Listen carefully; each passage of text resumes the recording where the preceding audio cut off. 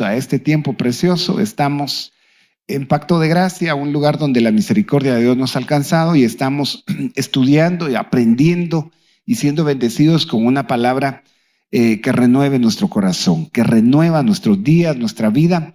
Y la Escritura es muy clara en marcar el concepto de la gracia como un elemento que en el nuevo pacto en Cristo Jesús es una perla preciosa, es una perla de gran valor y de gran precio en la vida cristiana, porque mucho de lo que hacemos está relacionado con el valor que la gracia tiene en una vida. Le pusimos hoy al título del tema: gracia no es quién eres, sino a quién tienes, lo cual equivale a decir que gracia no es esfuerzo propio. En el tema anterior hablamos del mérito propio. Ahora, entre el mérito y el esfuerzo hay una relación, pero no es exactamente lo mismo. Si usted tiene los méritos para ser galardonado, probablemente usted se esforzó. Pero aunque usted se esforzara, definitivamente que no es esa la causa por la que Dios bendice, sino el favor y la misericordia con la que Él nos ha alcanzado. Entonces la Biblia dice en algunos pasajes, particularmente hoy que queremos estudiar este tema, yo quiero invitarlo a que usted me acompañe a la Escritura en el 2 Corintios 12, 9. 2 Corintios 12, 9 tiene una porción preciosa como para poder tomar en cuenta que esta palabra está reflejando, 2 Corintios 12, 9, lo que la gracia implica en la vida del apóstol Pablo. Pablo rogó por una debilidad, por un aguijón que había en su vida, y lo hizo repetidas veces. Y en todas las veces que Pablo lo hace, no hay una respuesta. Sin embargo, Dios viene al encuentro y le da esta palabra que usted está viendo ahora en pantalla o que la estamos estudiando, y le dice: mi gracia es todo lo que necesitas. Mi poder actúa mejor en la debilidad. Así que ahora me alegra jactarme de mis debilidades para que el poder de Cristo pueda actuar a través de mí.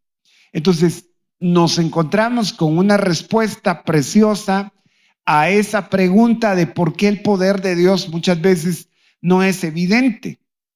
Todos anhelamos vivir la sobrenaturalidad y el poder al nivel al que Jesús lo dijo. Imagínese usted que Jesús dice: mayores cosas que las que yo he hecho, ustedes las van a hacer. Si ese nivel de poder se refleja en nuestras vidas, está de la mano en el proceso de aprendizaje y de formación que Dios lleva con nosotros. ¿Y qué necesitaríamos para que ese poder se manifieste? Según esta cita bíblica, dice que la gracia es todo lo que necesitas. Y que ese poder, el poder de Dios, dice: mi poder actúa mejor en la debilidad. Hay otra versión que dice: mi poder se perfecciona en la debilidad. Así que me alegra jactarme en mis debilidades. ¿Pero por qué razón? Para que el poder de Cristo pueda actuar. El traductor de esta versión, que es la Nueva Traducción Viviente, se enfocó en el poder actuar, para que el poder pueda actuar, dice. Entonces, ¿por qué a veces el poder no actúa? Porque hemos desechado ese valor precioso de la gracia y lo convertimos quizás en una doctrina teológica, pero que no pasa más allá del conocimiento del término y no la expresión pura del poder de Dios por nuestra debilidad. Vamos a rodear varias cosas hoy en el tema, y yo quisiera que usted me pueda acompañar básicamente acá a una cita más que está en el Salmo 63 y en el versículo número 7. Tiene una enseñanza preciosa en relación a la ayuda de Dios en medio de la dificultad o en medio de las necesidades. Este salmo dice, no lo he cambiado aún en pantalla, pero el salmo empieza diciendo: como eres mi ayudador, canto de alegría, dice, a la sombra de tus alas. quiero que usted pueda enfocar esto, por favor. Eres mi ayudador. Quiero que se recuerde de esto porque quien puede hacer las cosas solo, ¿para qué necesita ayuda? Pero cuando Dios está diciendo que Él va a ser nuestro ayudador, es porque hay cosas que nosotros no las podemos alcanzar por nuestro propio esfuerzo. Posterior a eso, el Salmo sigue diciendo algo precioso que yo quisiera que usted lo refleje en el versículo número 8. Me aferro, dice, me aferro. Tu fuerte mano derecha me mantiene seguro. Fíjese que qué tremendo. Me aferro a ti y tu fuerte mano derecha me mantiene seguro. Pero los que traman, dice, los que traman destruirme, acabarán arruinados y descenderán a las profundidades de la tierra. Morirán a espada y se convertirán. ¿Está usted llevando la lectura esta noche? Amén. Vuelvo a tomarlo. Morirán a espada y se convertirán en comida de chacales, dice. Qué tremendo, ¿no? Se convertirán en comida de chacales, los que buscaban su alma. Y en el versículo 11, pero el rey se alegrará en Dios. Todos los que confían en Él lo alabarán, mientras que los mentirosos serán silenciados. Pero ese es el salmo que dice, tu diestra me ha sostenido. Y a la sombra de tus alas, pero escúcheme, si la diestra de Dios es la que nos sostiene, muchas veces nosotros no reconocemos por qué recibimos lo que recibimos, logramos lo que logramos, o cuando sentimos no lograrlo, perdemos de vista que la diestra, la mano derecha de Dios, nos ha sostenido y nos ha traído en ese proceso. Entonces hay una revelación a nuestro corazón cuando en medio de una debilidad podemos decir que esa es la gracia de Dios obrando en nuestro favor. Recuerde que gracia es un favor no merecido. Y ya con ese contexto, entonces Dios va cobrando un nombre en nuestra vida según la función. Es interesante que desde la antigüedad los nombres eran escritos o eran designados dependiendo de lo que los padres imaginaban sobre los hijos. Hasta en las tribus indígenas más antiguas, usted escuchará nombres bien curiosos. Ave libre le ponían a alguien, toro sentado le ponían a otro. Sí, y en las películas usted miraba nombres así raros, ¿no? Pero bíblicamente, Dios es un Dios que enfatiza mucho los nombres según la función. Por ejemplo, a Eva le pone por nombre madre de todos los vivientes. A Abraham, sin H, le agrega una H a su nombre para darle un nombre impresionante, que era el padre de multitudes, cuando no tuvo un hijo, pero empezó a obrar en un nombre en función de la actividad que ese nombre representaba y la persona la iba a cumplir. A Jacob le cambia el nombre de engañador y le pone por nombre príncipe, que eso implica Israel.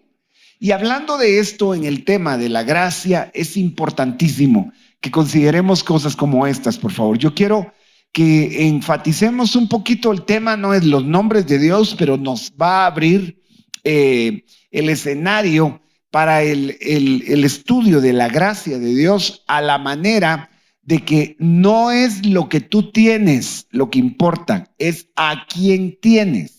No es lo que tú eres, es a quién tienes.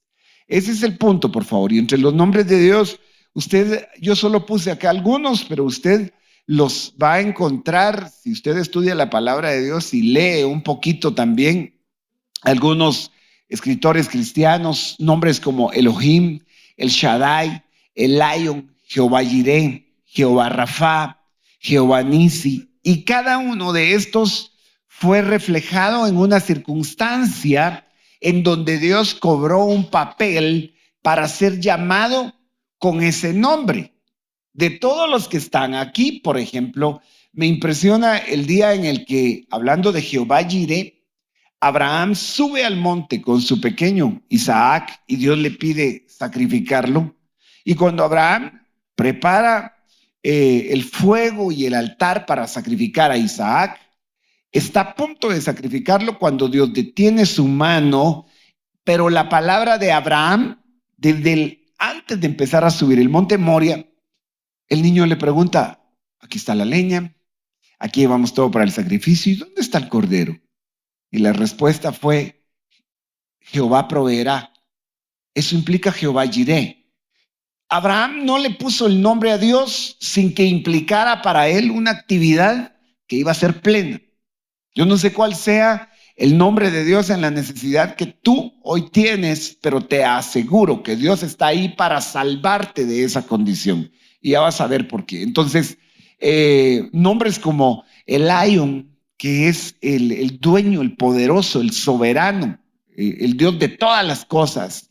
Jehová Rafa, que es el Dios sanador, o Jehová Nisi, Él es mi bandera, Él es mi victoria.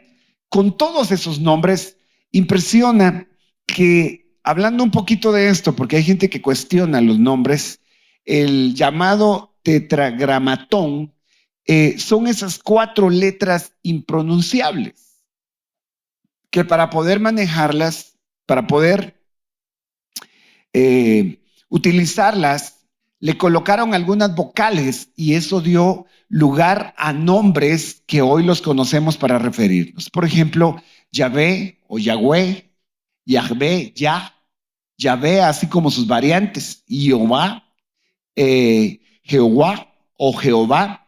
Es el nombre propio que utiliza la Biblia en el Antiguo Testamento para llamar a Dios, pero entre todos esos nombres están las 4 letras de ese llamado tetragramatón, que son las letras invocales que dan origen al nombre de Dios. El nombre de él era impronunciable.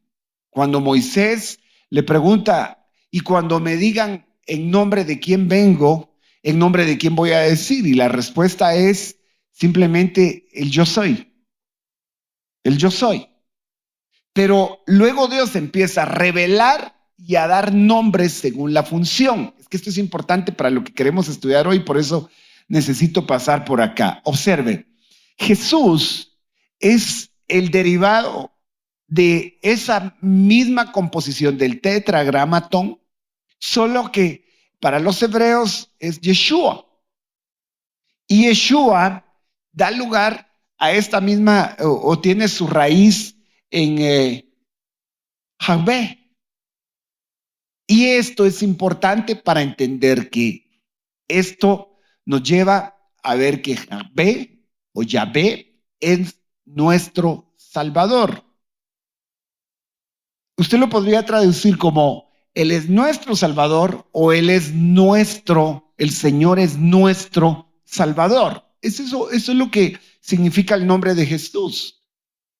Y no porque un teólogo lo haya definido, sino porque Dios mismo dio la orden de que le pusieran este nombre con una función particular, porque Él salvará a su pueblo de sus pecados. Pero básicamente es Jehová salva. Dios, el Señor, salva. Pero ¿qué tanta relevancia ha tenido esto para nosotros a lo largo de nuestra vida, luego de conocer a Cristo? Mateo 1:19 dice que José, el esposo de María, siendo José, dice, y José su marido, siendo un hombre justo y no queriendo difamarla, quiso abandonarla en secreto. ¿Se recuerda usted que la ley enseñaba que si una mujer o se comprobaba que habían relaciones sexuales antes del matrimonio, la paga era la muerte bajo las piedras? Entonces, cuando José se da cuenta que María está embarazada, él decide dejarla antes de que las cosas se complicaran. Y en el versículo 20 de Mateo 1 dice que mientras pensaba en esto, he aquí se le apareció en sueños un ángel del Señor, diciendo: José, hijo de David, no temas recibir a María tu mujer, porque lo que ha engendrado, lo que se ha engendrado en ella es del Espíritu Santo. Y dará a luz un hijo, y le pondrás por nombre Jesús. Aquí está el punto, porque él salvará a su pueblo de sus pecados. Será su nombre Jesús, porque Jesús quiere decir el que salva al pueblo de sus pecados. Entonces, el nombre para nosotros es el nombre más, sin que sea despreciativo el hecho que yo lo llame así, pero es el nombre más común para nosotros. En la vida cristiana no hay un nombre más relevante, entonces ya no es común. No hay un nombre del cual hagamos más uso que el nombre de Jesús. Sin embargo, puede ser tanto el nombre, la repetición del nombre, que olvidamos la función en cada circunstancia en la que nosotros nos encontramos. Pero cuando ese nombre se invocara o cuando se invoque, literalmente la función del nombre empieza su trabajo.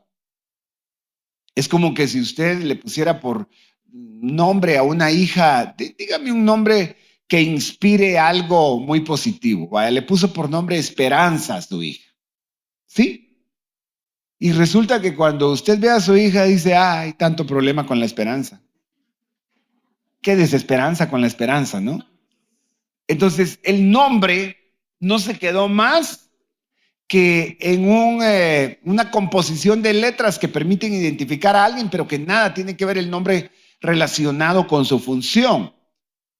Ahora, la gracia, que es el tema que estamos estudiando, porque esta serie es gracia, es favor no merecido o favor inmerecido. La gracia tiene que ver con que Dios se va a ocupar de salvarte, no solo del infierno, no solo del fuego eterno, sino de cada circunstancia en la que tu vida tenga que enfrentar dificultad. Por eso Pablo dice, yo me glorío en todas mis debilidades, porque me fue dicho, mi gracia es lo que tú necesitas, es todo lo que necesitas, no necesitas nada más.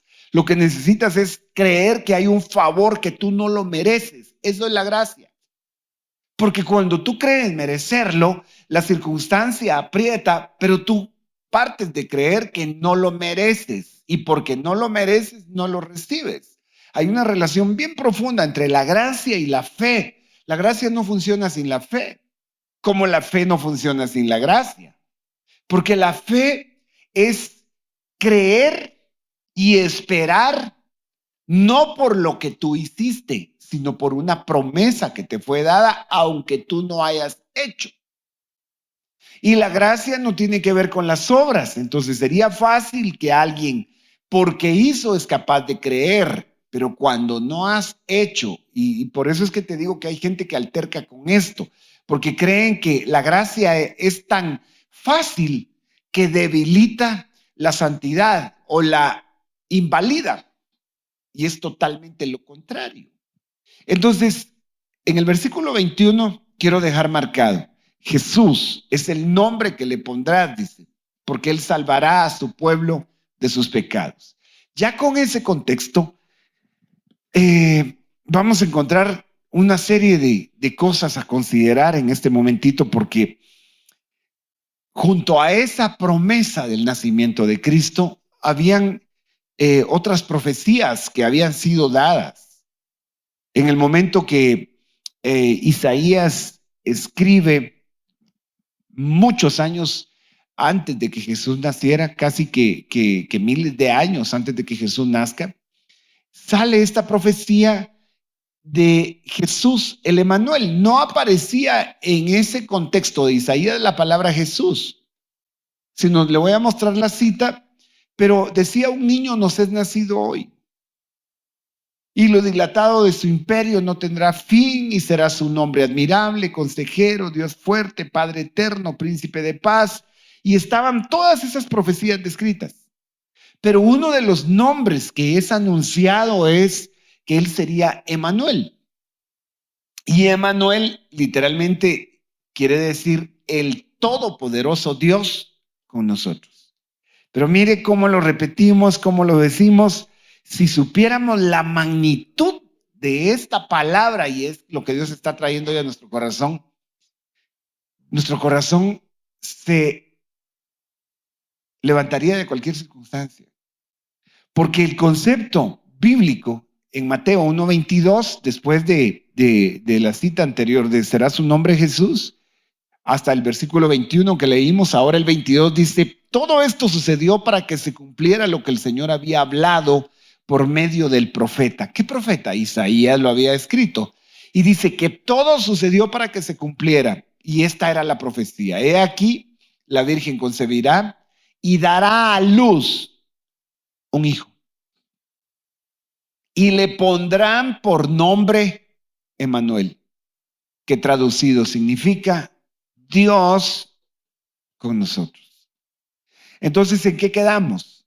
Si el ángel dijo que le iban a poner por nombre Jesús, y ahora dice que le van a poner por nombre Emmanuel, y está en el mismo capítulo. En los mismos 4 o 5 versículos están dando 2 nombres, ¿con cuál nos quedamos? Es que los 2 están implicados en una misma función. A partir de ahora, cuando tú digas el nombre de Jesús, es el que me salva, el que me libra, el que está conmigo. Él es Emmanuel en cualquier circunstancia. Y lo hermoso de esto es que no fue porque lo mereciéramos, no fue porque nosotros nos hubiésemos ganado el derecho de que Dios estuviera con nosotros. En el plano religioso hay mucha gente que califica o descalifica a los demás para recibir o para no recibir. Por ejemplo, si usted sabe que alguien pecó, que alguien falló, automáticamente nuestra mente religiosa dice, no puede ser bendecido. Y yo no estoy avalando, no me malentienda, porque si quiere poner palabras que no son, hay una mente maliciosa en eso. Pero tampoco puedo dejar de ver que es Jesús el que le dice a los fariseos, los publicanos van delante de ustedes, las prostitutas van a entrar al cielo delante de ustedes. Y cualquiera hubiera dicho, ¿por qué si la condición de ellos es no merecerlo? Por una sola razón.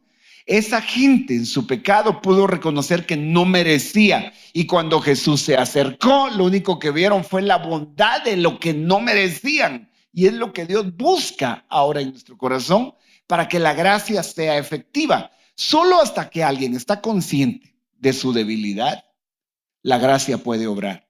Lo acabamos de ver en la carta a los Corintios. Mi poder se perfecciona en la debilidad. Es decir, el poder de Dios no obra en aquel que no puede reconocer que no tiene ni las fuerzas ni la capacidad. Jesús, en relación a esto, dice, separados de mí, nada podéis hacer. Pero cuando se nos mete la idea de que yo sigo adelante sin Dios, eso de buscar a Dios al fin aburre, que quede para los que tienen tiempo. Yo tengo cosas más importantes que hacer. ¿Cuánto te va a tardar tu fuerza? ¿Y cuán efectivo es lo que haces en éxito? Porque tener y alcanzar cosas materiales no precisamente es éxito. El éxito no se mide porque alguien tenga una gran cuenta a su favor en el banco y porque tenga bienes materiales y su hogar está destruido, si su vida no tiene paz. Dios no concibe el éxito y la prosperidad como el mundo lo entiende. Pero acá se va a determinar que le pondrían, por nombre, ahora nosotros lo llamamos así, nuestro Emmanuel, el Señor Dios Todopoderoso con nosotros. Ahora, ahí está la explicación de qué quiere decir Emmanuel. Pero mire, lo fascinante de todo esto es que si Dios está con nosotros, dice luego el apóstol Pablo en Romanos 8, ¿quién contra nosotros? Y hace una enumeración de circunstancias difíciles: hambre, tribulación, desnudez, angustia, peligro de espada. Usted puede poner todo lo que se menciona entre el plano natural y el plano espiritual.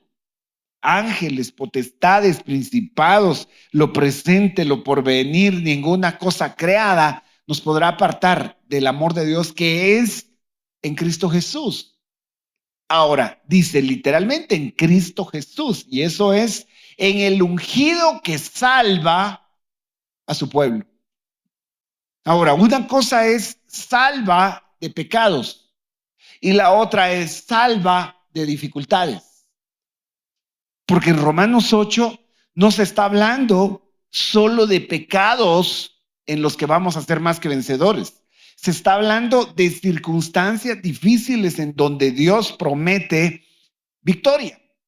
No está diciendo que la circunstancia difícil se vaya a quitar o se vaya a eliminar. Está diciendo que en medio de todas estas circunstancias vamos a ser más que vencedores. Entonces, ¿qué significa Dios con nosotros? Eso es impactante porque si Dios está con nosotros, ¿cuál es el momento de ánimo, de fortaleza, de gozo, de regocijo que hay en tu corazón? Pues te voy a decir algo. Cuando Dios está en un lugar, las cosas no pueden ser naturales. Cuando Dios entra a una vida, el apóstol Pablo escribe y dice que donde está el Espíritu de Dios, ahí hay libertad. Si hay un Emmanuel en tu vida, si Dios está contigo, vienen tiempos seguramente inevitables de crecimiento, de prosperidad. Los lugares a donde la presencia de Dios llegó transformaron siempre el entorno. ¿Por quién estaba ahí? No por lo que ahí había. Dios no está basándose en lo que tú tienes. Dios no se está estableciendo para empezar algo contigo en función de lo que tú tienes. Lo único que Él busca es que reconozcas que no tienes nada para poder dar espacio a que Él trabaje. Porque mientras haya algo de nuestra fuerza, de nuestro propio orgullo, de nuestra capacidad, por muchos que sean los títulos y los méritos que tú tienes, es impresionante. Es impresionante que va a haber ahí algo que detiene la obra de Dios. Amén. Vaya, observe, pues, ¿qué significa Dios con nosotros? Que todos nuestros esfuerzos, que toda nuestra fuerza de voluntad y todo empeño propio no puede lograr lo que hace la presencia del Señor con nosotros. Dice la Escritura que en vano vela la guardia si Jehová no guarda.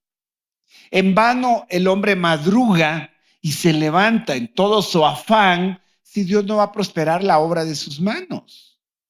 Entonces, no es lo que tú tienes, es quién está contigo. Por eso hoy el enfoque es gracia, no es esfuerzo propio.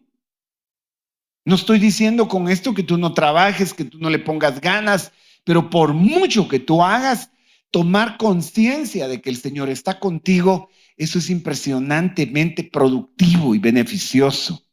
Ignorar a alguien, aunque ande contigo, o no estar consciente de lo que Él es capaz y el poder que Él guarda, porque está retenido, está guardado hasta que tú permites que Él obre. Jesús estaba dormido en la barca. El poder supremo del universo estaba en esa barca, en Cristo, pero está dormido. Hasta que los discípulos, en medio de la dificultad, no pudiendo controlar la embarcación, subiendo las velas, volviéndolas a bajar, el agua cayendo, la embarcación tronando, rompiéndose, en medio de esa debilidad, en medio de la imposibilidad de arreglar las cosas, claman y dicen: Jesús, Señor, sálvanos. ¿Qué estaban diciendo con sálvanos? ¿A quién estaban invocando? Al que salva a su pueblo de sus pecados. Y en ese momento la palabra profética de será su nombre Emmanuel, recuperaron la idea y la convicción de que Él estaba en la barca. Y se convierte literalmente en un Emmanuel, el Señor Todopoderoso con nosotros. Sale, extiende sus brazos, levanta su voz y reprende a los vientos, estudiamos en el tema anterior, reprendió los vientos y vino una quietud impresionante al lugar. Entonces, ¿será común simplemente decir Jesús? ¿Ha visto usted que hasta cuando alguien estornuda, Jesús, si la gente supiera qué es lo que está diciendo, tal vez no lo tomaría con tal descuido? Su nombre es sobre todo nombre, dice la Biblia. Y la Escritura enseña que un nombre le fue dado a los hombres. Uno, un nombre. No dice varios nombres. El nombre de Jesús dice, para que al nombre de Jesús se doble toda rodilla de los que están arriba en el cielo, abajo en la tierra y debajo de la tierra, y toda lengua confiese que Jesús es Señor, para la gloria del Padre. Así que ese nombre precioso es sobre todo nombre. Le damos un fuerte aplauso al nombre de Jesús, que representa, que implica el poder de nuestro Salvador, a nuestro Emmanuel glorioso. Ahora, tomar conciencia de esto es emocionante y es reconfortante. Porque si Dios está contigo, hermano, las cosas empiezan a cambiar. Cuando el arca del pacto iba delante del pueblo de Israel a sus batallas, no había una batalla que ellos perdieran. Cuando el arca del pacto, los filisteos la robaron y la tuvieron con ellos, se empezaron a llenar de tumores. A ellos no les funcionó la presencia de Dios, porque ellos querían el poder, pero no querían literalmente que Él los salvara de su pecado. Deciden devolver el arca, la ponen en un transporte que no era como el que Dios había diseñado, y lo resumo con esto. El arca llega a la casa de un hombre llamado Obed-Edom, y el arca se quedó ahí por un tiempo, y durante ese tiempo dice la Biblia que todo lo que Obed-Edom tenía empezó a prosperar. Se empezó a llenar de hijos, sus vacas empezaron a tener terneros, las gallinas empezaron a poner cuantas veces se podía en el día. Mire, todo se aumentó, la presencia. Hubo un Emmanuel literalmente en la casa de Obed-Edom.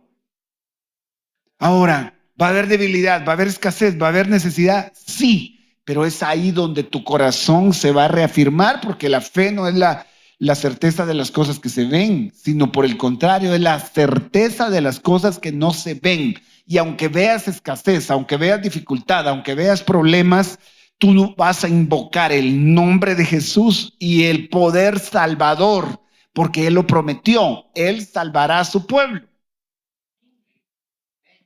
Así que clamar el nombre de Jesús es una de las cosas más poderosas si tú estás consciente de qué es lo que estás diciendo.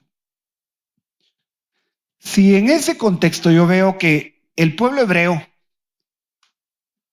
es un pueblo que podríamos decir es un sinónimo de éxito, de prosperidad en toda la obra de sus manos, a pesar de las circunstancias.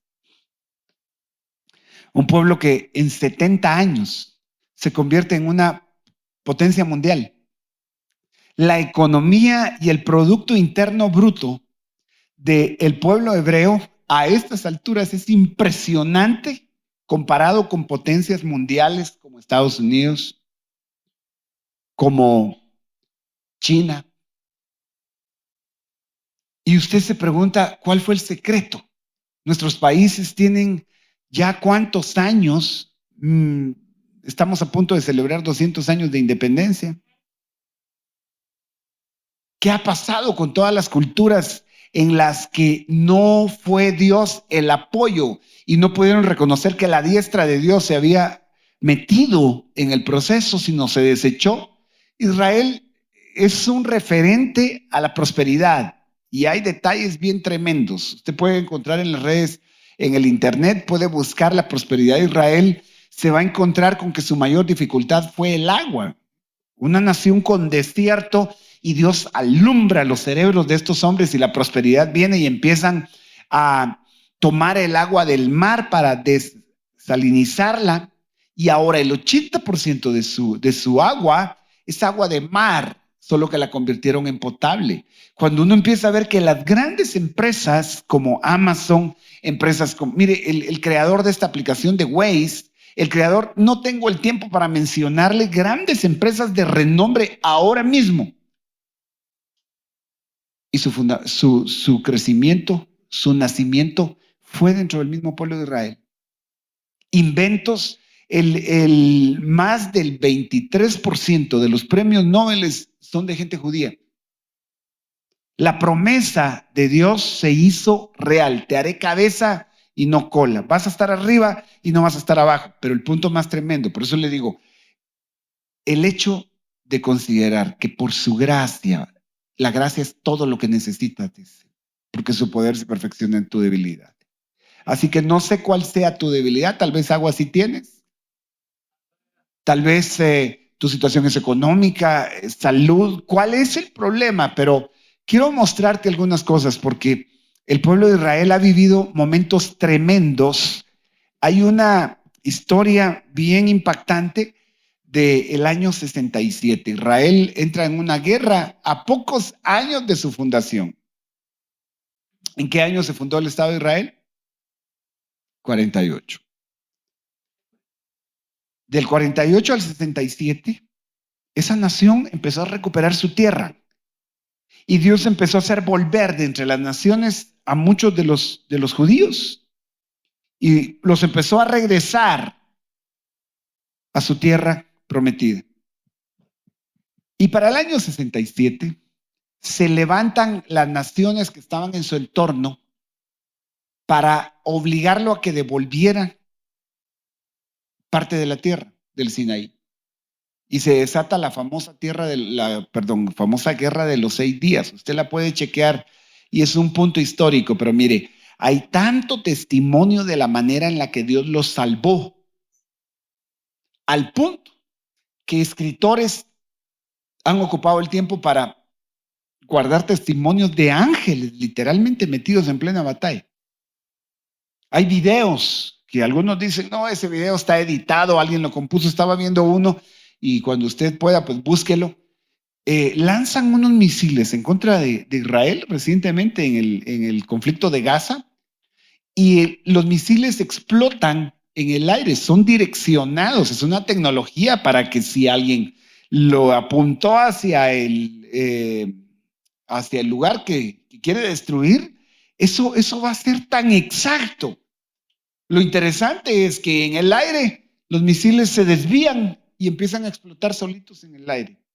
Pero hay un video donde literalmente un ángel en un caballo se deja ver entre las nubes por eso es que algunos dicen ese video está editado. Pero usted viera los testimonios literalmente dicen otros de los soldados que cuando entraron al campo de batalla habían unos personajes con un armamento nada conocido. Israel ganó esa guerra de los 6 días, pero hay detalles que tienen que ver con ese Emanuel. Relatos. Las teorías de conspiración no logran explicar la sorprendente victoria de Israel en la guerra de los 6 días y no existió un arma secreta. Entonces debemos buscar otra opción. Después de la guerra, el general israelí Hall dio esta explicación. Cuando nuestra nación queda entre la espada y la pared, se levanta y ataca ferozmente. Ese espíritu es el arma secreta del pueblo de Israel. El coraje y la fuerza del pueblo israelí indudablemente tuvieron mucho que ver con su milagrosa victoria. ¿Puede ser que otra fuerza haya actuado en el conflicto? ¿Una fuerza supernatural? ¿Es posible que los grandes profetas del pasado de Israel estaban a punto de recibir su justicia? ¿Y quién confirmaría tal milagrosa intervención? ¿Los israelíes o los árabes? Observe, fue contra Durante el pueblo miles de árabe. años el pueblo judío estuvo diseminado por naciones del mundo, a menudo hostiles. Pero una esperanza y una herencia común los mantuvo unidos, aun cuando la fe y la tolerancia del pueblo judío se puso a prueba hasta más allá del extremo.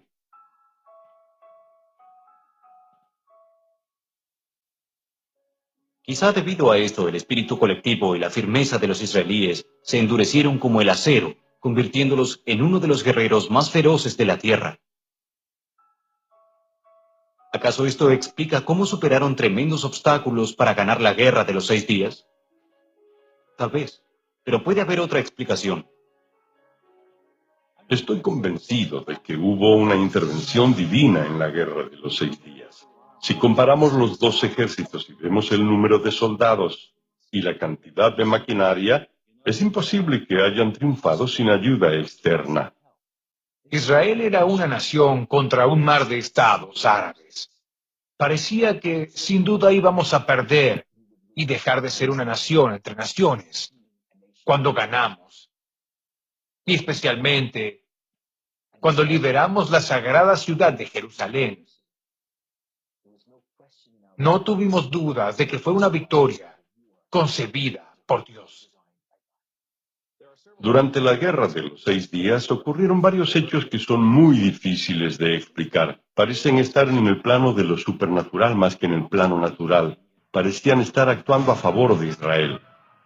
Un cabo mujer conducía un jeep con el comandante del regimiento en un vehículo blindado cuando vio en el camino un enorme fuego que se levantaba.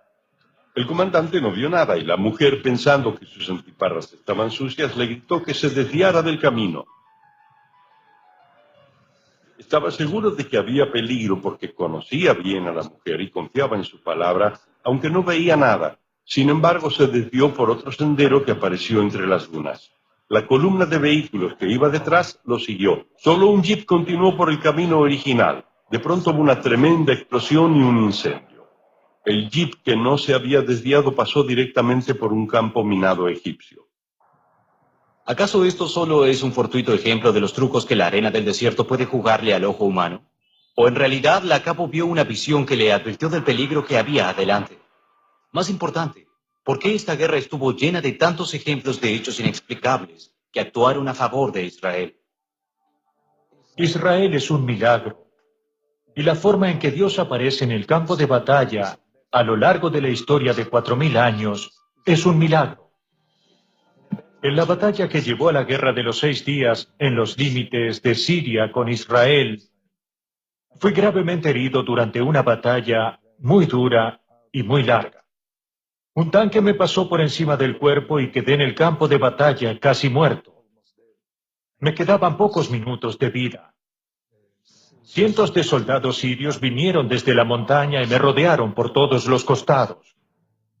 En los últimos momentos de mi vida pude oír cómo cargaban las balas para dispararme. Y de pronto, cuando estaban listos para disparar, se dieron vuelta y no lo hicieron. Corrieron rápidamente hacia la montaña. En ese mismo momento pude ver una gran luz que me cubría por todos lados y oí la voz de Dios que le hablaba a mi corazón y decía: «No vas a morir, Gershon. Sé fuerte. Estoy contigo». Poco tiempo después llegaron los soldados israelíes. Me vieron y me llevaron al hospital. Pero lo más extraño sucedió unas pocas semanas después, cuando los observadores de las Naciones Unidas, que observaban la batalla entre los sirios y mi unidad, vinieron y me dijeron: «Vinimos a ayudarte, el divino, vivo y fuerte. Hablamos con los oficiales árabes que comandaron la batalla contra tu unidad y les preguntamos por qué no le dispararon a este joven oficial israelí cuando tuvieron la oportunidad de hacerlo. Y ellos respondieron: no pudimos matarlo porque cuando estábamos por dispararle, de pronto aparecieron miles de ángeles. Los vimos con nuestros ojos y lo único que pudimos hacer fue dar la vuelta y correr rápidamente hacia las montañas». El Dios de los judíos quería a este soldado israelí con vida. Otro gran milagro ocurrió en Sinaí, cuando un soldado israelí que había perdido su unidad estaba solo en la zona y de pronto vio una unidad de egipcios, una unidad militar de miles de egipcios. De pronto, cuando ellos lo vieron, levantaron las manos y caminaron hacia él, creyendo que los capturaría. Él estaba sorprendido. No podía creer lo que veía, pero lo hizo. Los tomó prisioneros Ellos caminaron detrás de él y él los llevó a la unidad que había perdido. Cuando llegó a su unidad, todos se sorprendieron. No podían creer que un solo soldado había capturado a miles de egipcios con las manos en alto. Los tomaron prisioneros y los oficiales egipcios inmediatamente comenzaron a investigar. ¿Qué pasó? ¿Por qué se rindieron ante un solo soldado israelí? Y ellos respondieron, él no estaba solo. Junto con él había miles de ángeles, cada uno con un arma en la mano, listos para dispararnos. Y dijeron, estamos listos para luchar contra soldados israelíes, pero no estamos listos para luchar contra los ángeles de Dios. Cuando busqué este video, el editor del video dice, este video no fue creado con fines religiosos, para que aún la gente que no tiene un fin religioso sea capaz de reconocer, imagínense. Ahora quiero decirte esto, porque eso es Emmanuel. Esa es la promesa que Dios les había dado. Y tú y yo, como pueblo de Dios, redimidos por la sangre de nuestro Salvador Jesucristo, tenemos que aprender a ver que el Señor ha intervenido y ha peleado nuestras batallas y las seguirá peleando. Estará ahí cuando ni siquiera nuestros ojos puedan verlo. La Escritura había marcado esto. Jeremías 20:11 decía, mas Jehová está conmigo como poderoso gigante. Por tanto, los que me persiguen tropezarán y no prevalecerán. Serán avergonzados en gran manera, porque no prosperarán, tendrán perpetua confusión que jamás será olvidada. Hasta ese punto que Dios va a confundir a tus adversarios. ¿Lo recibes? ¿Lo crees? Dale un fuerte aplauso al Señor, porque esa es su gracia, ese es su favor que nos ha alcanzado. Ahora entiendo con mayor razón por qué el apóstol Pablo dijo, mi gracia es todo lo que necesitas. Eso fue lo que el Señor le dijo. Y observe, Jeremías 20:11, en el 12, Jehová de los ejércitos, que pruebas a los justos, que ves los pensamientos y el corazón, vea yo tu venganza de ellos, porque a ti he encomendado mi causa. Cantad a Jehová, load a Jehová, porque él ha librado el alma del pobre de la mano de los malignos. Son muchas las promesas. Esta cita que ha sido muy conocida, si usted la puede buscar, la voy a colocar acá porque la referencia no estaba puesta, pero ahora ya la tengo acá. Mas Jehová está conmigo como poderoso gigante. Por tanto, los que me persiguen tropezarán y no prevalecerán. Serán avergonzados en gran manera, porque no prosperarán y tendrán perpetua confusión que jamás será olvidada. Es la que acabamos de ver. Ahora, observe, este es otro video que tiene que ver, rápidamente se lo muestro, con el proceso de los misiles bajo una confusión. Un misil, y otras personas dicen que puede ser parte de una intervención divina o de Dios. Como podrán ver en el video, los misiles, cuando entran al pueblo de Israel, estallan inexplicablemente.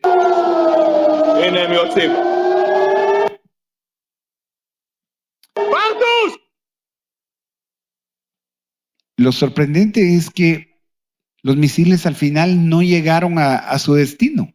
Explotan en el aire de una manera tan sorprendente que nadie podría explicar, si no es porque a quienes hemos visto y conocido a Dios en su palabra, sabemos que como poderoso gigante, Él obra en favor de su pueblo. Y literalmente, mire eso. Esas escenas son reales, fueron tomadas en el momento. Los misiles, ¿por qué en lugar de dirigirse hacia su punto hacia abajo, se dirigen hacia lo alto del cielo para ser ahí explotados? Como que si fuera un show de juegos pirotécnicos o de luces de colores. ¿Cuántas veces Dios ha peleado tus batallas? ¿Y cuántas veces tu enemigo te ha dicho que no lo mereces? ¿Sabes qué? Mateo 18:20 dice Jesús, enseñándoles, vayan y hagan discípulos, decía el versículo 19, enseñándoles que guarden todas las cosas que les he mandado. Y aquí yo estoy con vosotros todos los días. Ese es el Emmanuel, esa es su gracia, ese es el Salvador, ese es el Jesús que hoy anunciamos. Si no le has entregado tu corazón a Cristo, este es el momento de clamar y decirle: sálvame de la condición en la que estoy. Si te alejaste, probablemente un día le serviste a Él y ahora pues tu corazón se ha resentido por las debilidades o por el señalamiento de los demás. El Señor sigue siendo tu Salvador. Ponte de pie esta noche, quienes están en esta congregación y quienes están llevando esta transmisión. Dios está en ese lugar como poderoso gigante para librarte, para guardarte. Él ha sido tu socorro. Él ha sido tu sombra, tu mano derecha. Y hoy tu alma va a retomar la fortaleza que Dios quiere que tomes. Dios va a obrar de tal manera que tus enemigos no se van a explicar porque muchas veces te tendieron redes y ellos cayeron en sus propias redes. ¿Por qué se propusieron comerte vivo? Dice la Biblia, pero el Señor estuvo en tu defensa. Así que retoma hoy tu lugar y dile gracias. Oramos juntos. Padre, bendecimos tu nombre. No es lo que tenemos, sino quién está con nosotros. No es lo que tenemos, sino quién está con nosotros. No es que lo merezcamos, sino quién está con nosotros. Es nuestro Emmanuel, el Dios Todopoderoso con nosotros. Jesús, hoy pronunciamos tu nombre con confianza, con agradecimiento. Eres el que nos salva, eres el que nos libra. Señor, clamamos por quienes están llevando esta transmisión y recibiendo esta palabra. Obra salvación hasta ese lugar. Y si tu corazón, tú que estás llevando esta transmisión, quiere decirle: Señor Jesús, perdona mis pecados. Tú eres el que salva, sálvame. Te recibo como mi Señor y como mi Salvador. Creo que moriste por mí en la cruz del Calvario y resucitaste al tercer día. Obra en mi vida salvación. Sé tú mi Emmanuel. Que tu mano que prospera, que tu mano que libra, empiece a obrar en mi vida, en mi salud, en mis finanzas, en mi hogar, en tu matrimonio, con tus hijos, en el lugar donde estás. Las cosas empiezan a transformarse porque el poderoso de Israel está contigo. No es por nuestra fuerza, no es con espada, no es con ejército, es con su Santo Espíritu. Señor, gracias. Recibimos de tu favor, recibimos de tu gracia. Nos fortalecemos para tomar hoy un tiempo nuevo y podemos agradecerte diciéndote que tú has sido nuestro socorro, y a la sombra, Señor, de tus alas hoy queremos refugiarnos. Levanta tus manos y dile: mi socorro ha sido tú. Gracias, Jesús. Oh, sí, Señor, yo me refugiaré. Mi alma está confiada en ti,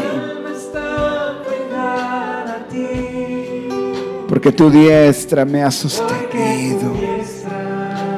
Ese es nuestro Salvador. Dale gracias, dale gracias. Ha peleado batallas, ha luchado por guardarte, por cuidarte. Ha enviado a sus ángeles que te guarden en todos tus caminos, y Él lo seguirá haciendo. Pero Jesús mismo te dice hoy: yo estoy contigo todos los días. Todos los días, ni siquiera cuando tú crees que no lo estoy, cuando no me sientes, yo estoy ahí, dice el Señor. Yo he estado ahí y no te dejaré ni te abandonaré. Gracias, Jesús, por todo lo que has hecho.